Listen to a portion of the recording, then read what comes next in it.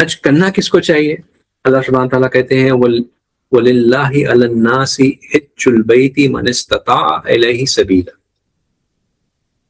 ٹھیک ہے کہ حج جو ہے وہ اللہ کا حق ہے، ٹھیک ہے، ایز اے رائٹ آف اللہ. کوئی بات جو ہم اللہ تعالیٰ بار بار اس کو کہہ رہے ہیں کہ اللہ کے لیے ہے، وَلِلَّهِ، as a right of Allah ala nasi hijjul bayti.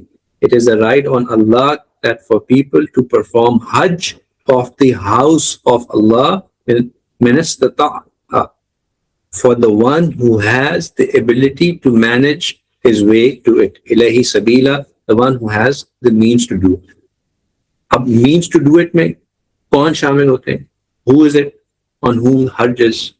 Well, isme there are two kinds of conditions. ایک ہے condition of obligation اور ایک ہے condition of performance. Conditions of obligations میں Hajj is obligated on a person who is a Muslim. غیر مسلم کے اوپر حج نہیں ہے. It is obligated on a person who is an adult. Adult سے مراد جو بالغ ہے, right? Regardless of the age. If you have hit puberty, you are an adult. And if you're an adult, Hajj is an obligation on you. Right? But you have to be a sane adult. آپ ذہنی توازو رکھنے والے صحیح ہوں. You have to be mentally sane. And of course, you have to be free. You should not be a slave. اور conditions of performance میں پھر دو چیزیں ہیں. ایک یہ کہ بندے کی مالی حالت اور ایک جسمانی حالت. ابھی تو اہم بات سمجھنے والی ہے. ایک بندہ ہے وہ صحت یاب ہے, صحت رکھتا ہے, لیکن اس کے پاس مال نہیں ہے, تو بھی اس کے اوپر حج فرض نہیں ہے. اور ایک بندہ ہے اس کے پاس مال تو ہے, لیکن وہ شروع سے ہی جب سے وہ بالغ ہوا ہے تب سے وہ صحت کے استطاعت نہیں رکھتا ہے, مسلسل بیمار ہے, سیریس پیشنٹ ہے, کسی بیماری میں مبتلا ہے, تو اس کے اوپر مال ہو یا صحت نہ ہو, صحت ہو مال نہ ہو, تو حج فرض نہیں ہوتا.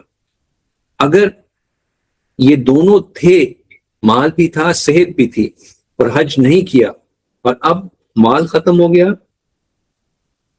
یا صحت ختم ہو گئی, تو حج کی obligation ختم نہیں ہو جاتی. It stays. If you have met the criteria, should have done it. Okay? So you must possess financial means above your basic needs. اتنے آپ کے پاس ہو کہ آپ کی بیسک نیڈ سے اوور اینڈ ابو ہو, پھر آپ اس سفر کو کر سکتے ہیں. اور اس میں یہ بات بھی ذہن میں رکھنا کہ اتنی سفیشینٹ اماؤنٹ ہو کہ آپ اپنے پیچھے جن لوگوں کے لیے چھوڑ کے جا رہے ہیں ان کے لیے بھی, those who are dependent upon you, جو آپ کی رسپانسبلٹی ہے, ان کے لیے بھی آپ کے پاس کچھ نہ کچھ آپ چھوڑ کے گئے ہیں.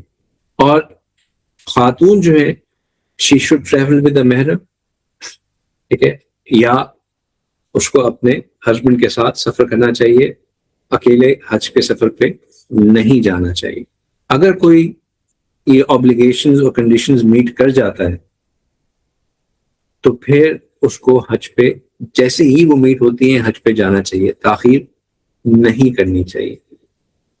اور اگر he doesn't meet the conditions of performance, تو یا تو وہ اب یعنی کہ اس کو کوئی جسمانی بیماری آ گئی یا اس کو مالی کمی آ گئی, تو اس کو پھر اپنی وصیت لکھنی چاہیے that in his will he should mention that Hajj is due on him, یا اس کو پھر کسی کو دوسرے کو بھیجنا چاہیے کہ اس کے جگہ وہ حج بدل کرے.